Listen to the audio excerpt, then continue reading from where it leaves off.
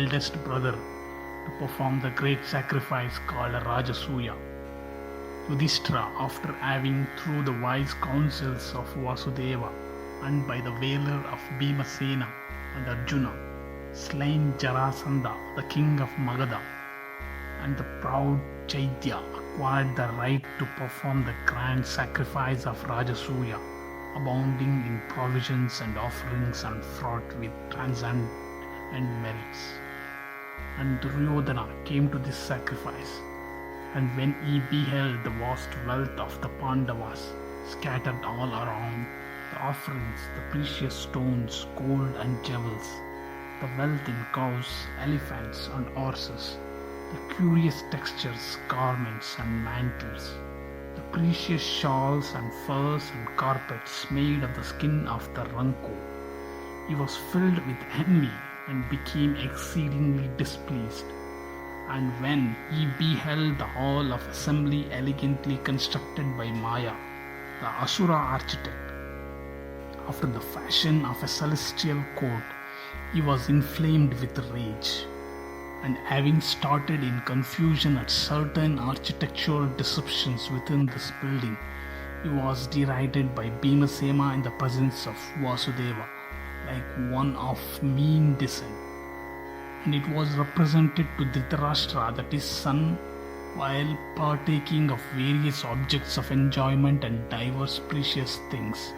was becoming meager, wan and pale, and Dhritarashtra, some time after, out of affection for his son,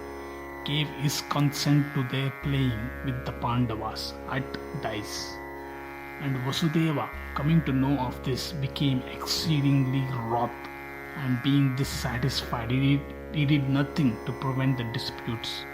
but overlooked the gaming and sundry other horrid, unjustifiable transactions. Arising therefrom, and in spite of Vidura, Bhishma, Drona and Kripa, the son of Saradwan, he made the Kshatriyas kill each other in the terrific war that ensued, and Dhritarashtra, hearing the ill news of the success of the Pandavas and recollecting the resolution of Duryodhana, Karna and Shakuni, pondered for a while and addressed to Sanjaya the following speech. Attend, O Sanjaya,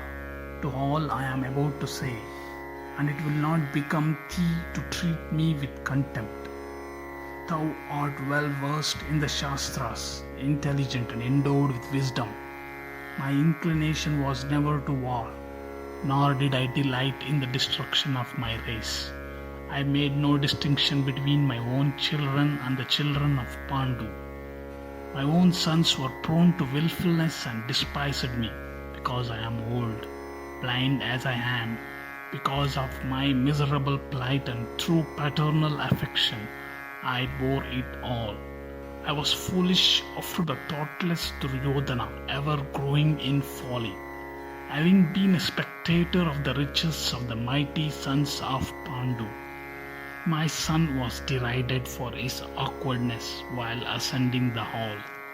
unable to bear it all and unable himself to overcome the sons of Pandu in the field, and though a soldier, unwilling yet to obtain good fortune by his own assertion. With the help of the king of Gandhara, he concerted an unfair game at dice. Hear, O Sanjaya, all that happened thereupon and came to my knowledge. And when thou hast heard all I say, recollecting everything as it fell out, thou shalt then know me for one with a prophetic eye. When I heard that Arjuna, having bent the bow, had pierced the curious mark and brought it down to the ground, and bore away in triumph the maiden Krishna in the sight of the assembled princes, then, O Sanjaya, I had no hope of success. When I heard that Subhadra of the race of Madhu had, after forcible seizure, been married by Arjuna in the city of Dwaraka, and that the two heroes of the race of Vrishni, Krishna and Balarama, the brothers of Subhadra, without resenting it, had entered Indraprastha as friends, then, O Sanjaya, I had no hope of success. When I heard that Arjuna, by his celestial arrow preventing the downpour by Indra, the king of the gods, had gratified Agni by making over to him the forest of Kandava, then, O Sanjaya, I had no hope of success. When I heard that the five Pandavas with their mother Kunti had escaped from the house of Land, and that Vidura was engaged in the accomplishment of their designs, then, O Sanjaya, I had no hope of success. When I heard that Arjuna, after having pierced the mark in the arena, had won Draupadi, and that the brave Panchals had joined the Pandavas, then, O Sanjaya, I had no hope of success. When I heard that Jarasandha, the foremost of the royal line of Magadha, and blazing in the midst of Kshatriyas, had been slain by Bhima with his bare arms alone, then, O Sanjaya, I had no hope of success. When I heard that in their general campaign the sons of Pandu had conquered the chiefs of the land and performed the grand sacrifice of the Rajasuya, then, O Sanjaya, I had no hope of success. When I heard that Draupadi, her voice choked with tears and heart full of agony, in the season of impurity and with but one raiment on, had been dragged into court, and though she had protectors, she had been treated as if she had none, then, O Sanjaya, I had no hope of success. When I heard that the wicked wretch Dushasana was striving to strip her of that single garment,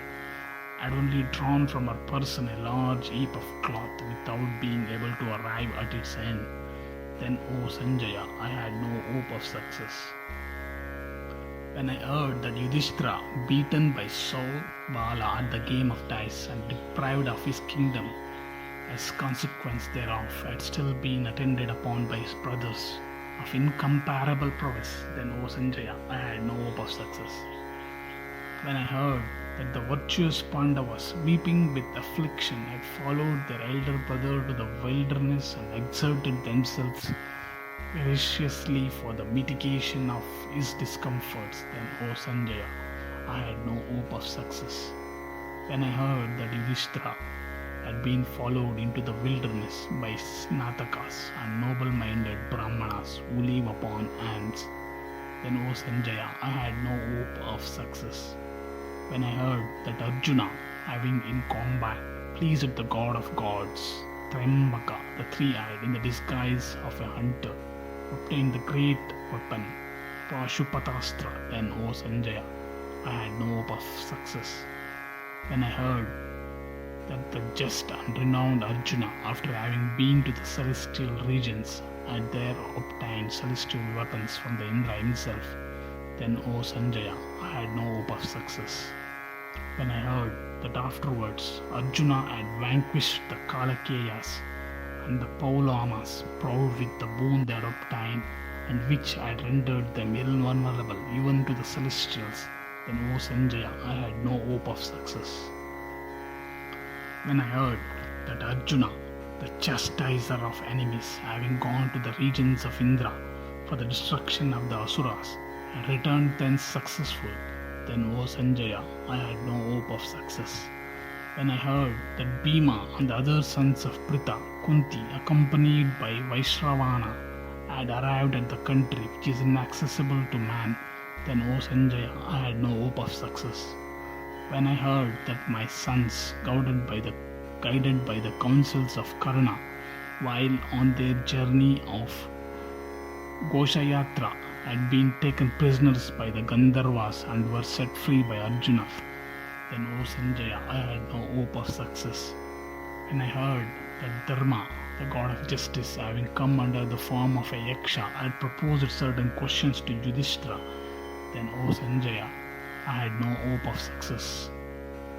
When I heard that my sons had failed to discover the Pandavas under their disguise, while residing with Draupadi in the dominions of Virata, then, O Sanjaya, I had no hope of success. When I heard that the principal men of my side had all been vanquished by the noble Arjuna with a single chariot while residing in the dominions of Virata,